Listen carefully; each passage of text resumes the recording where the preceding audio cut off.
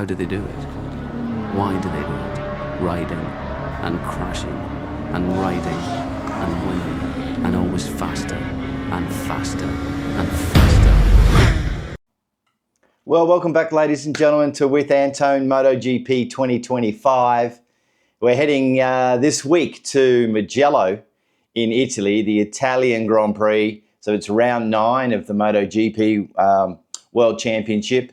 And really, traditionally, it's the time of the big announcements. Remember this time last year, Mugello was a little earlier. We got the big announcement about Marc Marquez signing with the factory team. And of course, all of the repercussions that then happened from that. Now, a couple of rumours and news out there first, and then we'll dive a little bit deeper.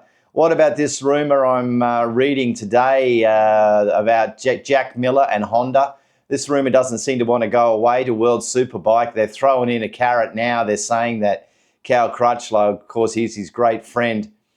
He spent time with Crutchlow and his wife together, and Crutchlow said he's being potentially offered the chance to run the team in World Superbike. That would be one hell of a fun garage, if nothing else. Those boys, I think they'd be a great team together, and I think it would be great for World Superbike. But for me, unlikely. I think Jack wants to stay on board. You've seen recently last weekend's test, and during the week actually as well, rumoured to be on the V4 Yamaha. Puts him as an instrumental testing part. And I think when you've got a Japanese factory like Yamaha putting you on their bike for the Suzuka 8 Hour, which we know Jack's riding, then I think he's pretty well there. Now, what I want to talk about today is I want to talk about Bastianini, the beast. Now, what's going on there? What's this decision? Now, he got caught up in the carnage of the Marc Marquez Ducati signing. And when I say carnage, it ruined a lot of people's careers. Look at Jorge Martin, Aprilia. Now, Bastianini, he was managed by Carlo Pernot. Now, he's an infamous character in the box. On what I'm reading and what I'm thinking is happening in the market, now that he's signed with MSN Group, I think that Enrico Zannarini is the man that's taking him on board. I think he's going to try to get out of his KTM contract. Oh my God, heaven forbid another rider trying to get out of a contract.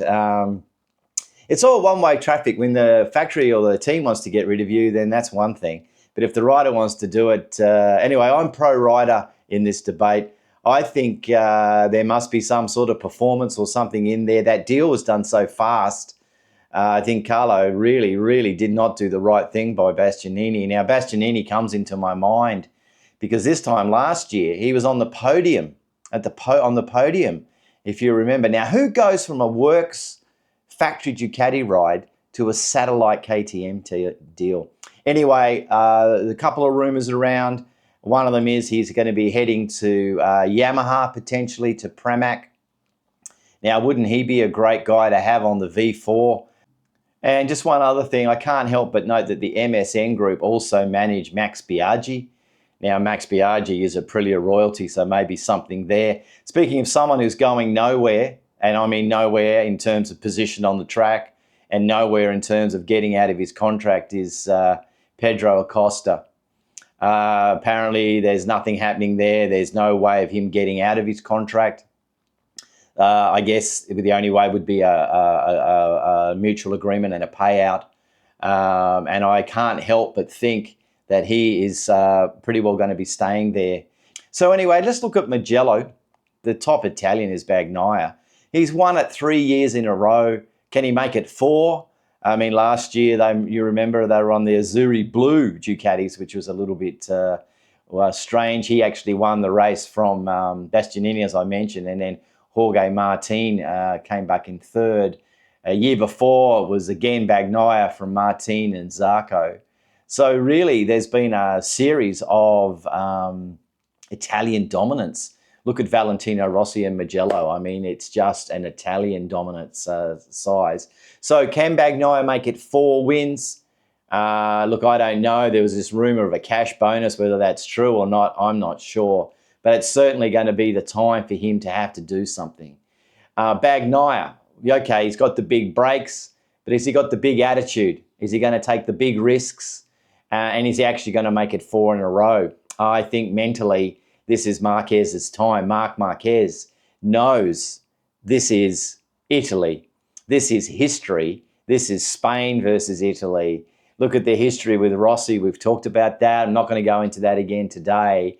But this is Marc Marquez's time to really put another nail in the coffin. Also in 2024, let's not forget what happened to Marc Marquez. He had that ride height device problem. Remember, you could see the smoke coming off the back of the bike. Okay, let's just talk about how we might look at the race this weekend. Looking back over history, Yamaha have won there a lot, 11 wins, 4 for Honda, 7 wins for Ducati. And Acosta, you know, he used to go great there, 23, 22 on Moto2. You know, he was the dominant guy. So really, I think it's going to be a race, a mental race. I think Bagnaia with the new brakes, he's got a bit more front end feel. It's funny how such a small thing, a little bit of extra weight here, a little bit of a change of a master cylinder there can make a huge difference to these guys. It shows what fine performance it is. And it also shows to me that Bagnaia needs everything perfect. Now, mentally, he's not having it perfect. He's not going to get it perfect this weekend. So where do I see where this runs? I can see Marc Marquez going to battle in a big way. He really wants this one. He wins to this one and he wins the championship, in my opinion. I think it's going to be a great battle. I'd like to think that Bagnaia will actually put it on the line. Whether that means he puts it down the road, I'm not too sure. But I think it's going to be a Ducati whitewash. You can take your pick from Marc Marquez, I think, to win. Alex hasn't gone great here. You know, Bagnaia should put it on the box in the podium somewhere. I think you've got a couple of other Italians that are going to go well this weekend.